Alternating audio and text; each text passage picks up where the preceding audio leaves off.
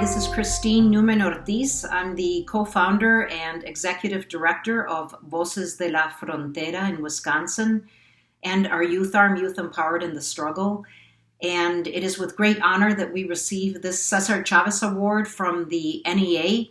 It is an honor because Voces de la Frontera, from its inception, has been arm in arm with teachers in the struggle, because teachers care about their students, they care about the families of the students, and as such have been in the front lines with Voces in the struggle for in-state tuition in Wisconsin, the DREAM Act, driver's licenses, just immigration reform, every step of the way.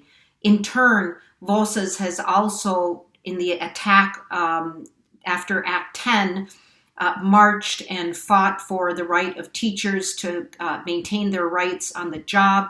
Their rights impact the educational quality of students. We've also fought for school funding referendums by mobilizing the vote. Most recently in 2020, we were able to win 2 school funding public referendums for Racine and in Milwaukee. And the teachers have been part of the struggle with the parents and the students in organizing for our very powerful statewide general strikes called Day Without Latinx and Immigrants, which has protected us in defeating 2 state anti-sanctuary bills in 2016 and 2017, and in defeating 287G here in Milwaukee County.